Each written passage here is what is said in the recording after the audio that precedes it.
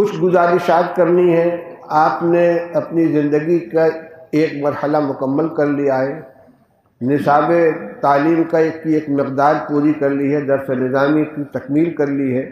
آگے جس کو مزید تکمیلات کے اندر داخلہ لے کے کچھ پڑھنا ہوگا وہ کرے گا، لیکن بہرحال وہ اصل نظام سے زائد ہے.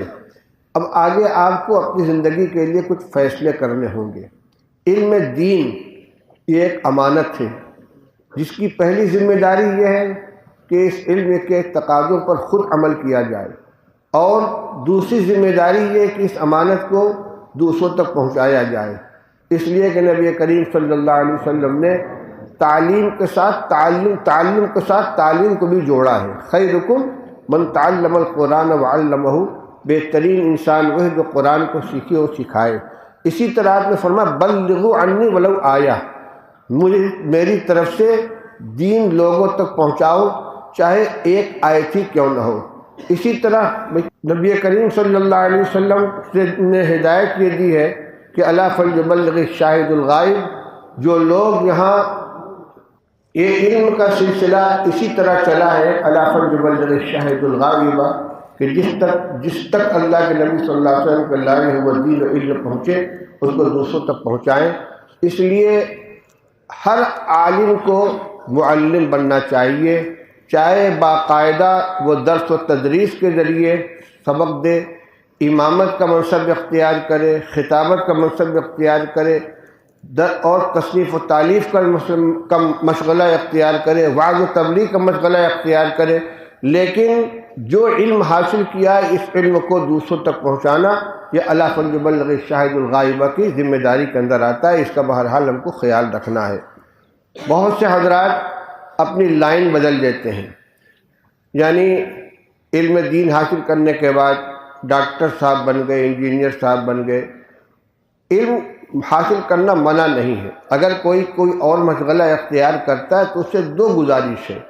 ایک تو یہ کہ اپنے معمولات کو، اپنے اعمال کو، اخلاق کو، اور دوسرے اپنی وضاقتہ کو عالمانہ باقی رکھیں. دوسرا مشغلہ اختیار کر کے آپ مولانا سے مسٹر نہ بن جائیں. آپ کی داڑھی، آپ کا لباس عالمانہ برقرار رہنا چاہیے. دوسری چیز یہ کہ کچھ نہ کچھ مشغلہ علمی بھی رکھنا ضروری ہے. اگر آپ نے کوئی غیر علمی مشغلہ اختیار کر لیا ہے، تجارت کر رہے ہیں یا کوئی پیشہ اختیار کر لیا ہے، تو کچھ نہ کچھ وقت آپ کا علمی مشغلے کے اندر رہنا چاہیے، چاہے امامت و خطابت ہو، چاہے جز وقتی تدریس کا سلسلہ ہو. ایک بات. دوسری بات، آج کے زمانے میں ایمان کے اوپر خطرات بہت زیادہ منڈلا رہے، فتنے پھیل رہے دو طرح سے. ایک تو شکیلیت، گوہر شاہی، قادیانیت کے نام پر ایمان پہ ڈاکہ ڈالنے والی جماعتیں باقاعدہ کوششیں کر رہی ہیں. بڑی تعداد میں لوگ ان فتنوں کے شکار ہو رہے ہیں. قادیانیت تو پرانا فتنہ ہو گیا، لیکن گوہر شاہی فتنہ اور شکیل بن حنیف کا فتنہ پنپ رہا ہے برابر دیہاتوں کے اندر، اور بلکہ شہروں میں بھی، کالج یونیورسٹی کے اندر بھی، اور گھروں میں عورتیں تک اس سے متاثر ہو رہی ہیں. تو آپ حضرات کو ان فتنوں کا مقابلہ کرنے کے لیے اپنے آپ کو تیار کرنا چاہیے. دوسری چیز یہ کہ مکتب کی تعلیم کو آپ اپنا مشن بنا لیں. یہ نہ سوچیں کہ ہم بخاری شریف پڑھ کر آئے تو ہم کو بخاری ہی پڑھانی ہے. یقیناً وہ علم کی خدمت ضرور ہے، لیکن دین کی خدمت کے اعتبار سے آج کے زمانے میں سب سے اہم کام جو ہے مکاتب کا قیام اور مکاتب کے نظام کو مضبوط کرنا. ہر مسلمان بچے اور بچی کو دینی تعلیم سے آراستہ کرنا یہ ہماری ذمہ داری ہے. اس لیے اگر اللہ تعالیٰ توفیق عطا فرمائے تو آپ اپنے علاقے میں جا کر جائزہ لیں، کتنی بستی کے اندر بچے ہیں، کتنی بچیاں ہیں، کتنے مکاتب ہیں. اگر ضرورت پوری ہو رہی ہے باقاعدہ تو آپ اس کی سرپرستی کریں، ان کا ساتھ دیں، ان کے معاون بنیں. اور اگر نہیں ہے تو آپ بڑی کتابیں تلاش کرنے کے بجائے پہلے اپنے علاقے کے مسجدوں میں، گھروں میں، جہاں جہاں ہو سکے مکاتب قائم کریں اور اس خدمت کو لے کر آپ بیٹھیں. دو باتیں ہو گئیں.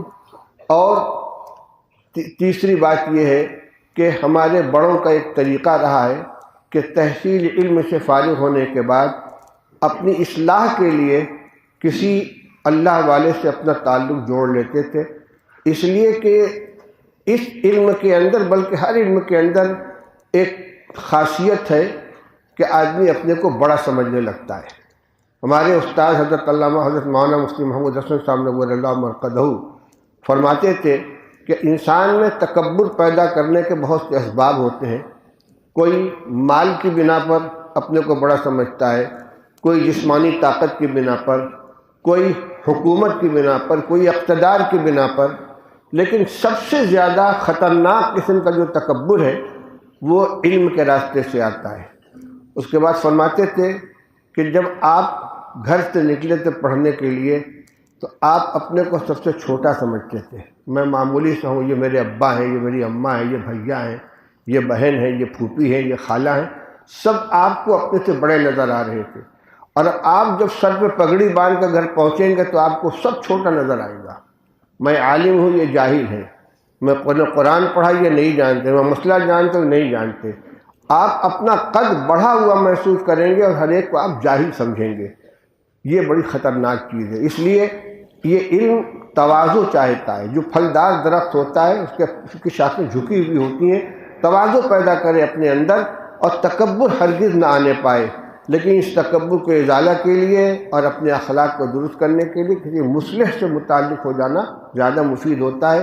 چنانچہ ہمارے جتنے اکابر گزرے ہیں، جو حجت الاسلام حضرت مولانا محمد قاسم صاحب نانوتوی رحمۃ اللہ علیہ ہوئے، فقیہ النفس حضرت مولانا رشید احمد صاحب گنگوہی رحمۃ اللہ علیہ ہوئے، مولانا اشرف علی صاحب تھانوی ہوئے، علامہ المرشد کشمیری، شیخ الہند رحمۃ اللہ، جتنے اکابر ہیں شیخ الاسلام رحمۃ اللہ علیہ، اور آج تک ہمارے جتنے اساتذہ کرام حال میں گزرے ہیں یا اللہ نے ان کو ابھی خدمت کا موقع دیا ہے، سب نے کسی نہ کسی بڑے سے اپنے کو وابستہ کر رکھا ہے۔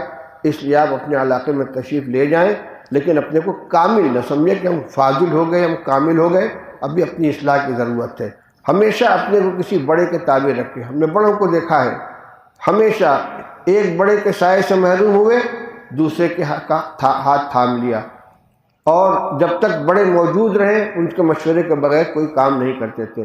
حضرت مولانا محمد زکریا صاحب رحمۃ اللہ علیہ، حضرت مفتی محمود صاحب، مولانا عبدالجبار صاحب اعظمی، مولانا منور صاحب بہاری، یہ تمام حضرت شیخ الہند رحمۃ شیخ محمد زکریا صاحب رحمۃ اللہ علیہ کے جو خلفاء ہیں، ان سب کا آخر تک کے طریقہ رہا ہے کہ حضرت شیخ رحمۃ اللہ علیہ سے پوچھے بغیر کوئی کام نہیں کرتے تھے۔ تو ایک تو یہ کہ اپنی اصلاح کے لیے کسی سے تعلق قائم کر لیں، دوسرے مشورہ بھی لیتے رہیں، مشورے کے اندر خیر ہے۔ انشاءاللہ اگر آپ اپنی اصلاح کی کوشش کریں گے تو جو علم آپ نے حاصل کیا اس کے اندر چار چاند لگے گا، اس میں نورانیت آئے گی۔ مسلسلات کے اندر ایک روایت ہے کہ غالباً حضرت سفیان کا قول ہے، اس کا سعید ابن مسیب کا ہے کہ علم عمل کے دروازے پر دستک دیتا ہے، اگر دروازہ کھل گیا تو اندر داخل ہو جاتا ہے، اور اگر دروازہ نہیں کھلا تو واپس چلا جاتا ہے۔ یہ علم عمل کے دروازے سے اندر داخل ہوتا ہے۔ اگر علم پر عمل کریں گے، علم چنداں کے بیشتر خانی، گر عمل نیستت تو نادانی، کیا ہے وہ؟ چار پائے برو کتابیں چند، نہ محقق بود نہ دانش مند۔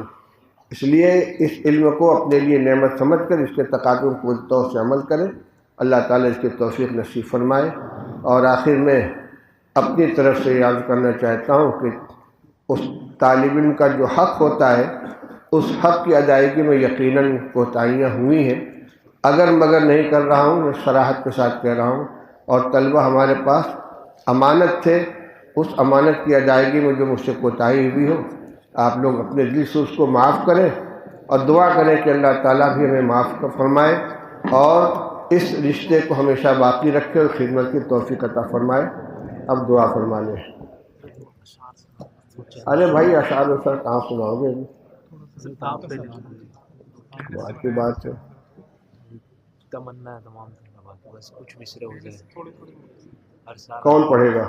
پہلے حضرت آپ کچھ سنا دیجیے، میری بخاری تھوڑی ختم ہوئی، کچھ سنا دیجیے پہلے آپ پڑھ دیجیے۔ ارے یار تو بس چند مصرے یہ اساتذہ بیٹھے ہوئے بیچارے آئے ہوئے ہیں، ان کو وقت ضائع کرو گے؟ اچھا ٹھیک ہے، تمام اکابر کا حکم ہو رہا ہے، 2-3 شعر نعت کے پڑھتا ہوں۔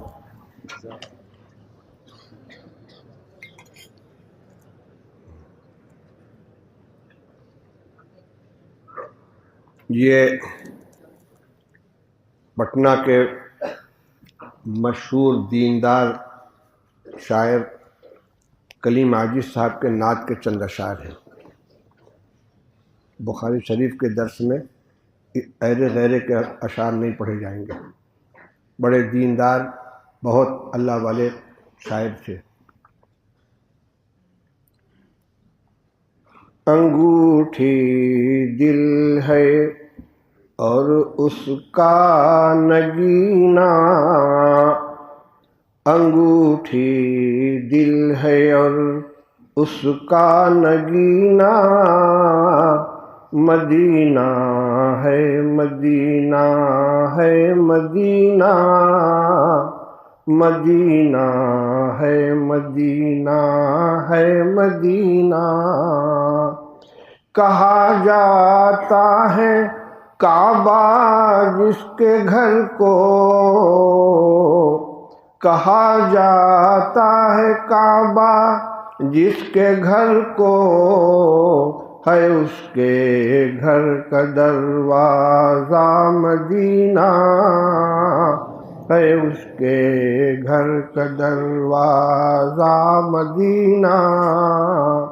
سفر ہوتا بخن پھرتا بمینا،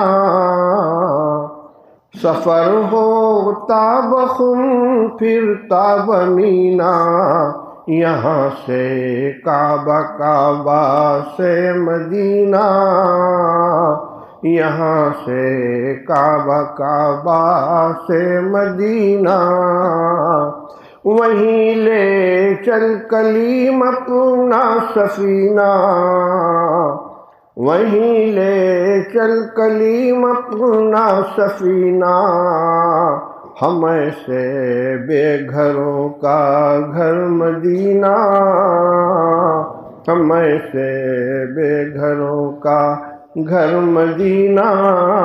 انگوٹھی دل ہے اور اس کا نگینہ، مدینہ ہے مدینہ ہے مدینہ.